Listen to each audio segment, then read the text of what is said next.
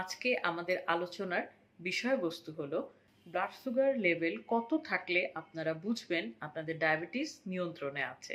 এটি কিন্তু আমাদের একটি সাধারণ প্রশ্ন। এই বিষয়ে আমরা আজকে আলোচনা করব। আলোচনার শুরুতে একটি ছোট্ট গল্প আপনাদের শোনাই চলে। ৩৫ বছরের এক মহিলা, তিনি এলেন তীব্র মাত্রার প্রস্রাবে ইনফেকশন নিয়ে। তার ব্লাড সুগার প্রায় ৩৫-৩৬। ইতিহাস নিয়ে জানা গেল তার গত প্রায় ২ মাস আগে ডায়াবেটিস শনাক্ত হয়েছে। তখন ব্লাড সুগার ছিল ২০। তিনি খাদ্য নিয়ন্ত্রণ শুরু করলেন, চিকিৎসকের পরামর্শে প্রতিনিয়ত ব্যায়াম শুরু করলেন এবং পাশাপাশি ইনসুলিন গ্রহণ করলেন। ইনসুলিন গ্রহণ করা শুরু করার পরে তার ব্লাড সুগার কমে আসলো ৬-৭-এ। তিনি খুব ঘাবড়ে গেলেন যে ৬-৭ ব্লাড সুগার, এটা তো অনেক কম। তিনি ইনসুলিন বন্ধ করে দিলেন, আর ব্লাড সুগারও তিনি মাপলেন না। এর ফলাফল ১ মাস পরে তিনি আমাদের কাছে আসলেন তীব্র মাত্রার প্রস্রাবে ইনফেকশন এবং অতিরিক্ত ডায়াবেটিস প্রায় ৩৫-৩৬ নিয়ে। এখানে যে ভুলটি তিনি করেছেন সেটি হচ্ছে তিনি জানতেন না তার ব্লাড সুগারের টার্গেট কত। ৬-৭ ব্লাড সুগার যে নর্মাল, এটি যে বোঝায় আপনার ডায়াবেটিস নিয়ন্ত্রণে আছে, এটি যে খুব কম ব্লাড সুগার নয়, এটি যে হাইপোগ্লাইসেমিয়া নয়, এটি তিনি জানতেন না।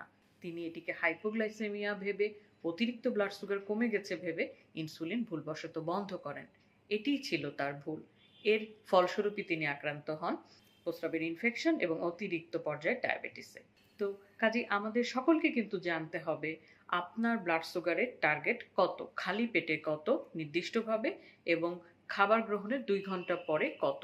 এখানে ২ ঘন্টা মানে কিন্তু খাবারের শুরু থেকে ২ ঘন্টা, শেষ থেকে নয়।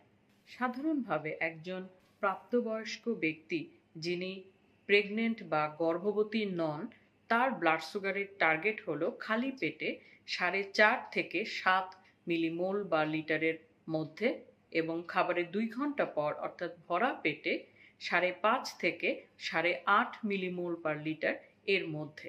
এর পাশাপাশি আমাদের ডায়াবেটিসের যে ৩ মাসের গড় ব্লাড সুগার HbA1c, সেটিকে রাখতে হবে ৭-এর নিচে।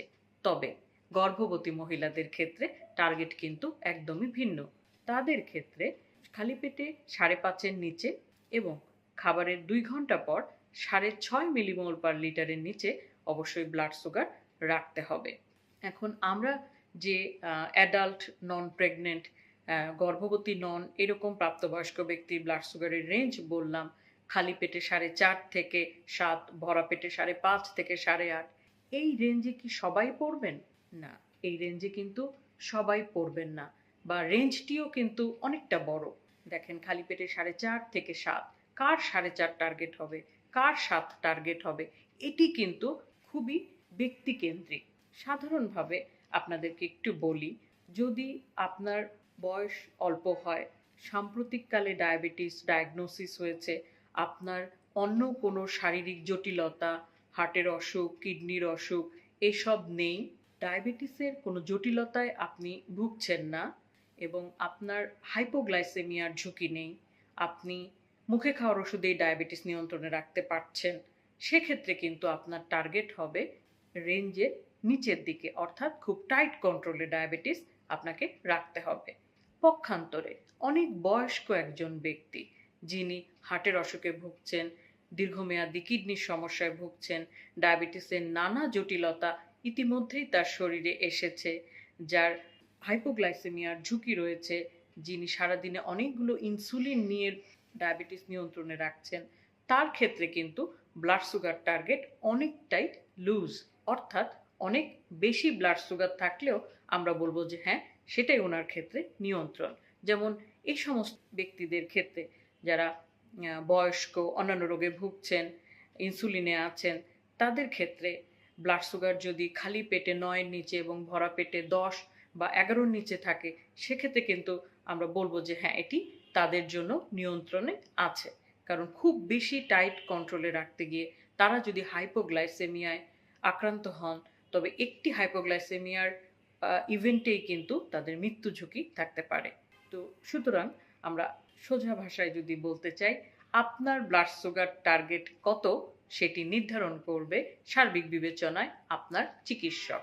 আপনি আপনার চিকিৎসকের সাথে পরামর্শ করে আপনার ব্লাড সুগারের টার্গেট নির্ধারণ করবেন এবং সেই অনুযায়ী সেই টার্গেট অর্জন এবং মেনে চলা, এটি দায়িত্ব আপনার। সেই দায়িত্ব আপনি সুচারুভাবে পালন করবেন। সুতরাং ডায়াবেটিক ব্যক্তিগণ, আজ এ পর্যন্তই। পরবর্তীতে আবারও দেখা হবে নতুন কোনো পর্বে। সে পর্যন্ত আপনারা সকলে ভালো থাকুন, সুস্থ থাকুন, নিজের যত্ন নিন। ধন্যবাদ।